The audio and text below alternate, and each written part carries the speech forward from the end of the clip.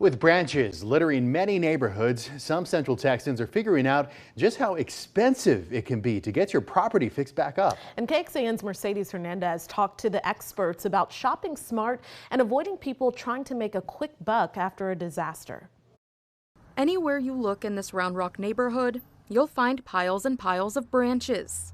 That took me a minimum 12 hours to cut. Here's Kiefer cut his broken branches himself after getting some pretty pricey quotes. Some quotes were $2,500, and I have neighbors that were quoted $2,000 just to cut it and put it at the street. We do find that people tend to take advantage of, of consumers when disaster strikes.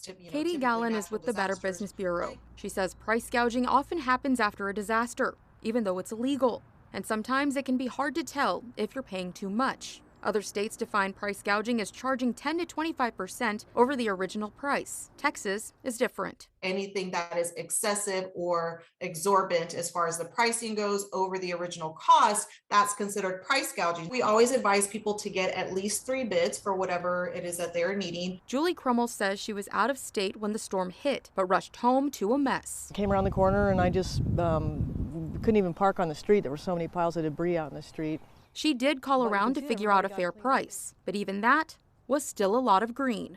I did pay, I paid 4 figures actually. I'll just leave it at that. It was a little bit of chunk of change for that. But I know that some people here had to pay even more. They had more trees and more damage. In Round Rock, Mercedes Hernandez, KXAN News. And you can report suspected price gouging directly to the Texas Attorney General's office. You can find out how at KXAN.com.